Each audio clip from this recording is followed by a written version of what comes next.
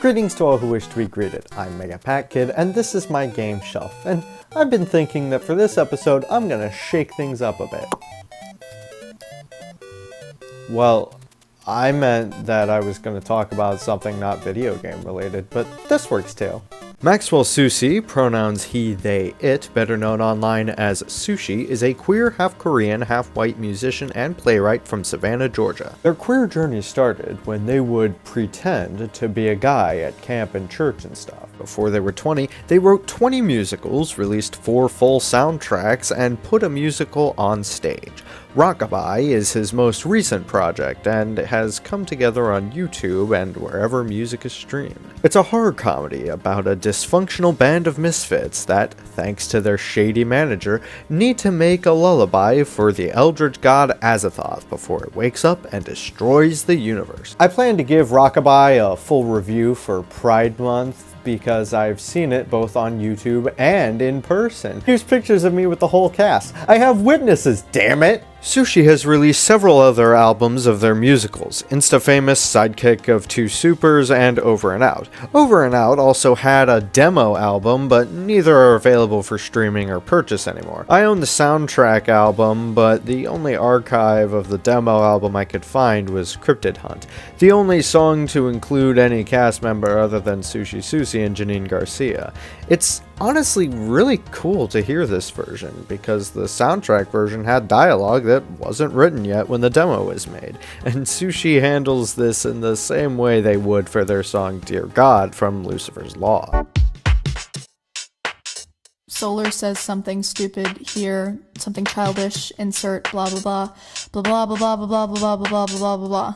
And this is where dialogue happens. The two main characters, Jack and Cameron, learn from a mutual friend that Lucifer's law firm is hiring.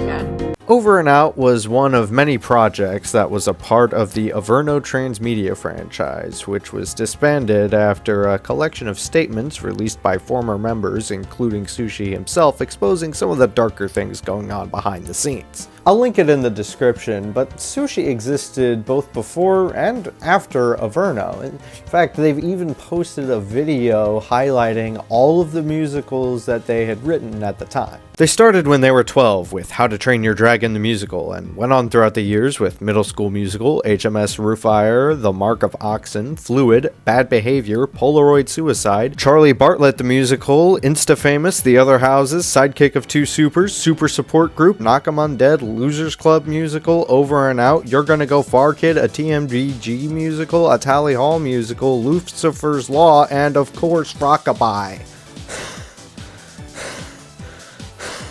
That's so many! He's written 20 musicals in only 8 years? I haven't even written one!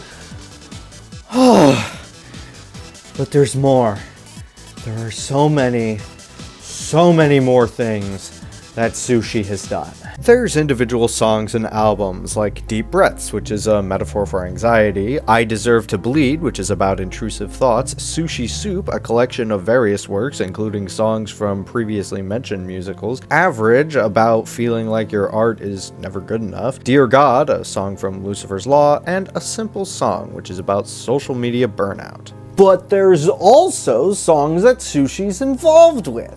There's a Spanish cover of Average called Mediocre by Misaki Takijibana, who looks really familiar. And the Pumpkin Song, which featured Sushi as a singer, but was made by August Riley Greenwood, who looks really familiar. Greenwood and Sushi have known each other for years, having worked together on Averno projects, and were prominent in social media aspect with their mutual friend Nala Aiden Palmer. Sushi and Greenwood appeared on Welcome to Camp Averno together, and the trio were the most prominently mentioned former members in the Why We Left or Are Leaving Averno document, which is, again, linked in the description. They're still great friends to this day and worked on other projects together. Riley was an ensemble member in Rockabye and also appeared in 48 Hour Film Project. Nala played the caller in Sushi's short-lived horror series on TikTok, Dolphin Stairs. And Sushi played a main character in August's Choose Your Own Adventure ARG, Follow the Dog on Instagram, currently on hiatus. They produced substantial amount of content content on Instagram, TikTok, YouTube. Sushi, how are you able to make so much? Their YouTube channel is somewhat barren, but includes some interesting content. 48 Hour Film Project was Sushi's attempt at making something like Inside, which took Bo Burnham over a year in merely 2 days. Yeah, frick you, Bo Burnham. I would say they succeeded conceptually, but they said they didn't get everything done that they wanted to. They also made a video essay about what went wrong with Community and how Sushi would have done it differently.